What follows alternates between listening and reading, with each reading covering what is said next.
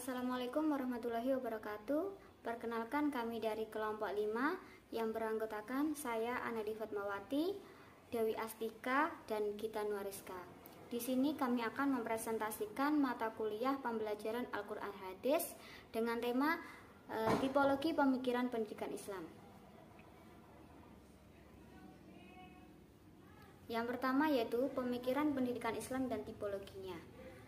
Tipologi adalah ilmu yang mempelajari tentang pengelompokan berdasarkan tipe atau jenis secara lebih spesifik.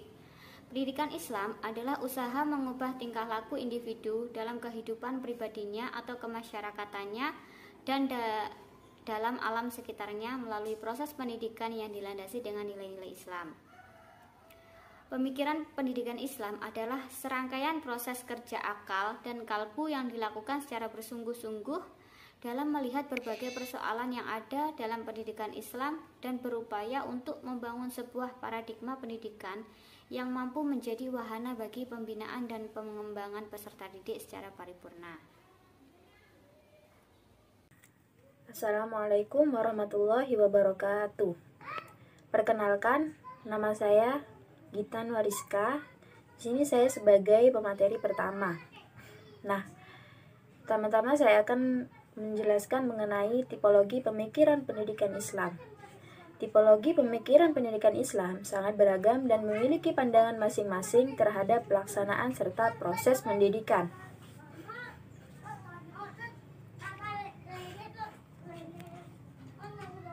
Tipologi yang pertama yang akan saya jelaskan ialah perennial esensial salafi, yang mana parameternya bersumber dari Al-Quran dan As-Sunnah atau hadis. Regresif ke masa salaf atau klasik. Yang ketiga, konservatif, mempertahankan dan melestarikan nilai-nilai era salaf. Yang keempat, wawasan kependidikan Islam yang berorientasi ke masa silam atau era salaf. Ciri-ciri pemikiran dari tipologi ini ialah menjawab persoalan pendidikan Islam dalam konteks wacana salafi, memahami nas dengan cara kembali ke salafi secara tekstual. Yang ketiga, memahami ayat dengan ayat lain, ayat dengan hadis, hadis dengan hadis, dan kurang adanya pengembangan serta elaborasi. Nah, fungsi tipologi ini terhadap pendidikan Islam ialah melestarikan atau mempertahankan nilai dan budaya masyarakat salaf karena ia dipandang masyarakat ideal. Yang kedua, pengembangan potensi dan interaksinya dengan nilai dan budaya masyarakat era salaf. Nah, tipologi yang kedua ialah perennial esensial mazhabi, yang mana parameternya bersumber dari Al-Quran dan As-Sunnah atau hadis. Yang kedua, regresif ke masa pasca salaf atau klasik. Yang ketiga, konservatif, mempertahankan dan melestarikan nilai-nilai para pendahulunya secara turun-temurun. Yang keempat, mengikuti aliran pemahaman dan pemikiran terdahulu yang dianggap mapan wawasan kependidikan Islam yang tradisional dan berorientasi masa silam. Nah, ciri-ciri pemikiran tipologi ini, yang pertama, menekankan pada pemberian syarah dan hasyiah terhadap pemikiran pendahulunya. Yang kedua, kurang adanya keberanian untuk mengkritisi atau mengubah substansi materi pemikiran para pendahulunya. Sedangkan fungsi tipologi ini terhadap pendidikan Islam ialah yang pertama, melestarikan dan mempertahankan nilai dan budaya serta tradisi dari satu generasi ke generasi berikutnya, pengembangan potensi dan interaksinya dengan nilai dan budaya masyarakat terdahulu. Tipologi yang ketiga ialah modernis, yang mana parameternya bersumber dari Al-Quran dan As-Sunnah atau hadis, sama seperti tipologi-tipologi sebelumnya. Yang kedua, bebas odifikatif tapi terikat oleh nilai-nilai kebenaran universal. Yang ketiga, progresif dan dinamis dalam menghadapi dan merespon tuntutan dan kebutuhan-kebutuhan lingkungannya. Yang terakhir, wawasan kependidikan Islam kontemporer.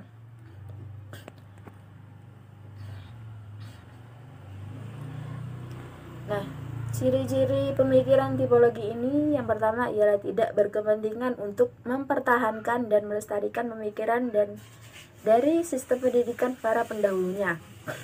Yang kedua, lapang dada dalam menerima dan mendengarkan pemikiran pendidikan dari manapun dan siapapun untuk kemajuan pendidikan Islam. Yang ketiga, selalu menyesuaikan dan melakukan penyesuaian kembali pendidikan Islam dengan tuntutan perubahan sosial dan perkembangan iptek. Sedangkan fungsi tipologi ini terhadap pendidikan Islam yang pertama ialah pengembangan potensi individu secara optimal. Yang kedua, interaksi potensi dengan tuntutan dan kebutuhan lingkungannya. Yang ketiga, rekonstruksi pengalaman secara terus-menerus agar dapat berbuat sesuatu yang intelijen dan mampu melakukan penyesuaian kembali dengan tuntutan dan kebutuhan lingkungannya. Yang keempat ialah ada tipologi perennial esensial konseptual falsifikatif, yang mana parameternya bersumber dari Al-Quran dan As-Sunnah atau hadis, regresif dan konservatif dan dengan melakukan konseptualisasi dan uji falsifikasi. Yang ketiga, rekonstruktif yang kurang radikal. Yang keempat, wawasan kependidikan yang konkret terhadap kesinambungan pemikiran pendidikan Islam dalam merespon tuntutan perkembangan iptek dan perubahan sosial kultural yang ada. Nah, ciri-ciri pemikiran tipologi ini ialah yang pertama, menghargai pemikiran pendidikan Islam yang berkembang pada era salaf, klasik, dan abad pertengahan. Yang kedua, mendudukkan pemikiran pendidikan Islam era salaf, klasik, dan pertengahan dalam konteks ruang dan zamannya untuk difalsifikasi. Yang ketiga, rekonstruksi pemikiran pendidikan Islam terdahulu yang dianggap kurang relevan dengan tuntutan dan kebutuhan era kontemporer. Nah, fungsi dari tipologi ini terhadap pendidikan Islam ialah pengembangan potensi. Yang pertama. Yang kedua, interaksi potensi dengan tuntutan dan kebutuhan lingkungan, melestarikan nilai-nilai ilahiyah dan insaniyah sekaligus menumbuh kembangkan dalam konteks perkembangan iptek dan perubahan sosial kultural yang ada. Yang terakhir, tipologi rekonstruksi sosial. Nah, tipologi ini parameternya sama seperti tipologi sebelumnya. Yang pertama, bersumber dari Al-Quran dan As-Sunnah atau hadis. Yang kedua, progresif dan dinamis. Yang ketiga, rekonstruksi sosial berkelanjutan yang dibangun dan bottom up, grassroots, dan pluralisme. Yang keempat, wawasan kependidikan Islam yang proaktif dan antisipatif dalam menghadapi percepatan perkembangan iptek, tuntutan perubahan yang tak terduga dan eksponensial dan berorientasi ke masa depan. Ciri-ciri pemikiran tipologi ini tidak menampilkan konstruk tertentu yang closed-ended, tetapi konstruk yang terus dikembangkan bolak-balik antara empiri dan konsep teori. Yang kedua, rekonstruksi sosial dikembangkan post-paradigmatik atau paradigmanya terus dikembangkan. Yang ketiga, komitmen terhadap pengembangan kreativitas yang berkelanjutan. Yang keempat, dalam menghadapi keragaman budaya moral hidup ditampilkan dalam a fair justice dan mampu membuat overlapping konsensus tata nilai. Sedangkan fungsi tipologi ini terhadap pendidikan Islam yang pertama ialah menumbuhkan kreativitas peserta didik secara berkelanjutan. Yang kedua, memperkaya khazanah budaya manusia, memperkaya isi nilai-nilai insani dan ilahi.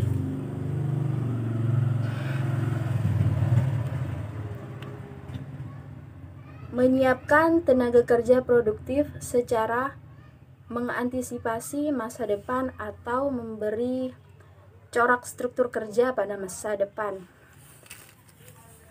Yang ketiga, fungsi tersebut intinya untuk mengembangkan manusia agar menjadi cakap atau kreatif yang selanjutnya mampu bertanggung jawab terhadap pengembangan masyarakatnya. Sekian pembahasan materi dari saya. Bismillahirrahmanirrahim. Langsung saja materi yang kedua, yaitu pemikiran fundamentalis. Asal istilah fundamentalis berasal dari Protestan. yang kemudian dihubungkan dengan fenomena pada gerakan Islam modern. Fundamentalis berasal dari Protestan dan kemudian diterapkan pada kelompok Sunni dan Syiah. Menurut Montgomery bahwa fundamentalis tercermin dalam kesadaran kaum muslim yang menerima pandangan dunia tradisional dan terus mempertahankannya. Fundamentalis Islam modern merupakan respon kolektif terhadap krisis emosional dan intelektual karena janjinya adalah kembali pada Islam yang benar yang dapat memecahkan semua problem. Selanjutnya yaitu pemikiran tradisionalis konservatif. Pendidikan konservatif yaitu sistem pendidikan yang bersifat ortodoks, yaitu lama, yang diterapkan di lembaga-lembaga sekolah. Pendidikan konservatif merupakan suatu pembentukan pada diri anak, yaitu dari luar, bukan dari anak itu sendiri. Mereka beranggapan bahwasannya kemampuan suatu perkembangan diri anak itu tergantung gemblengan dari luar. Dan tujuan utama menganut konservatif ini adalah untuk melestarikan dan menyalurkan pola-pola perilaku sosial konvensional. Nah, selanjutnya yaitu pemikiran sekuler. Pemikiran sekuler itu identik dengan la-diniyah, yaitu sebuah gagasan yang menyuruh untuk menegakkan kehidupan di atas landasan ilmu, akal, serta memperhatikan kemaslahatan tanpa terkait dengan agama. Sekularisme dalam pendidikan adalah memisahkan antara pendidikan akal, intelektual, dan rohani spiritual, padahal manusia sebagai diciptakan Allah tidaklah terpecah-pecah. Selanjutnya yaitu pemikiran modernisasi. Modernisasi pendidikan adalah suatu pendekatan untuk menyelesaikan jangka panjang atas berbagai persoalan umat Islam saat ini dan pada saat yang akan datang. Oleh karena itu, modernisasi pendidikan adalah suatu yang penting dalam melahirkan suatu peradaban Islam yang modern. Namun demikian, modernisasi pendidikan Islam tidaklah dapat dirasakan hasilnya pada 1 atau 2 hari saja.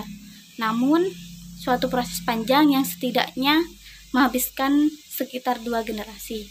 Mengingat pentingnya modernisasi pendidikan Islam ini, maka setiap lembaga pendidikan Islam haruslah mendapatkan penanganan yang serius.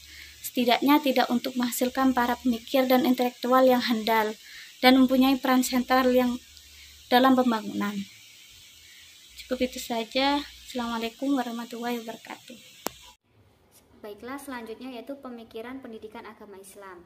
Secara etimologi, pemikiran berasal dari kata pikir yang berarti proses, cara, atau perbuatan memikirkan, yaitu menggunakan akal budi untuk memutuskan suatu persoalan dengan mempertimbangkan segala sesuatu secara bijak. Dalam konteks ini, pemikiran dapat diartikan sebagai upaya cerdas dari proses kerja akal dan kalbu untuk melihat fenomena dan berusaha mencari penyelesaian secara bijaksana.